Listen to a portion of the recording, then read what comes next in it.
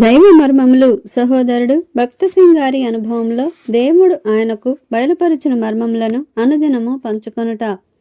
November 28.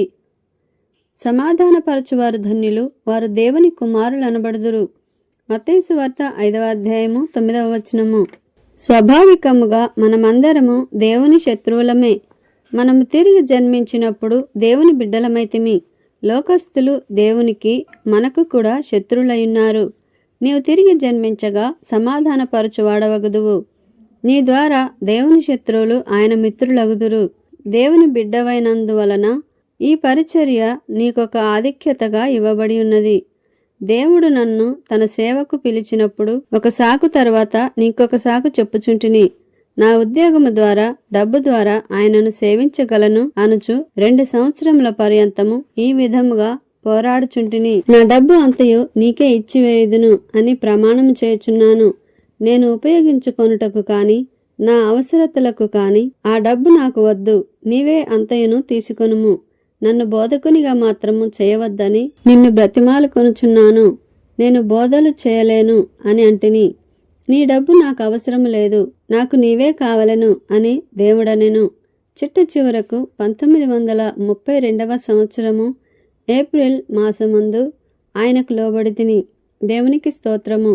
ఈ దినము నా జీవితమును నీకు సమర్పించుకొనుచున్నాను. నా కొరకు ఏదియు దాచుకొనక అంతయు నీకే ఇచ్చివేయుదును. ఎక్కడికైనను పంపించుము, ఎక్కడైనా ఎంతకాలమైనను ఉంచుము. ప్రభువా, నన్ను నీకు సమర్పించుకొనుచున్నానని చెప్పితిని. నన్ను వెంబడించుము అని దేవుడు నీతో మాట్లాడుచున్నాడా? ఆయనతో ఈ విధముగా వాదించుచున్నావా? తప్పక వెంబడించేదను, కానీ కొన్ని సంవత్సరములు గడిచినచో నా బిడ్డలందరికీ వివాహములు జరిగిపోవును అని చెప్పుచున్నావా? మనము దేవునికి లోబడకుండునట్లు అపవాది ఇన్ని ప్రయత్నములైనను చేయును. బోధిగంతములకు దేవుడు నిన్ను పంపినను ఆయనకు లోబడుటకు ఆయన నీకు సహాయము చేయునుగాక. మనుష్య రీతిగా నీకేమైనను యోగ్యతలు కలవా లేవాయని తలంచుకుము. ఆయనకు లోబడుటకు ఇష్టపడిన ఎడల మనలో ఎట్టి వానినైనను దేవుడు ఉపయోగించుకొనగలడు. అయితే నిన్ను బలవంత పెట్టడు. నీకు నా జీవితమును సమర్పించుకొనుచున్నాను అని దేవునితో నేను చెప్పిన తరువాత తన మార్గమును అనుసరించియే ఆయన నన్ను ఉపయోగించుకొనుచున్నాడు. ఆయన నన్ను తర్ఫీదు చేసి ఏ పరీక్షల గుండా తీసుకొని వెళ్ళెనో వాటన్నింటి నిమిత్తము ఆయనకు వందనములు చెల్లించుచున్నాను. నిన్ను నేను బ్రతిమాలి వేడునదేమనగా ఇప్పుడే ఆయనకు లోబడుము.